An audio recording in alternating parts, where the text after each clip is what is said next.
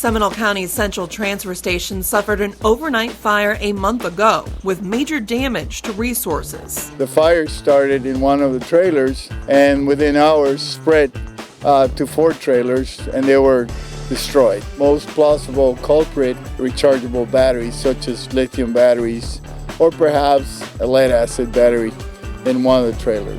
Rechargeable lithium-ion batteries are used in a variety of electronics, including most smartphones. With more lithium batteries in use than ever before, the risk of fires caused by them are rapidly increasing and becoming a growing concern throughout the fire departments nationwide. Individuals should use common sense for safety tips, following manufacturer guidelines for charging, and using devices specifically designed for the product.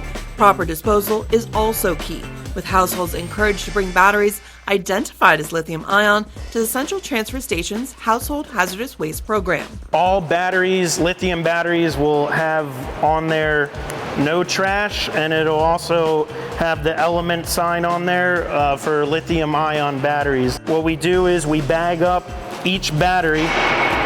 It's 1 battery per bag to prevent any reaction of them connecting with touching the metal components on there. The difference huge between proper disposal and the potential side effect of simply throwing it away in the trash. Our job is just to educate. We're here to educate the citizens of Seminole County in the proper use and proper disposal of lithium batteries.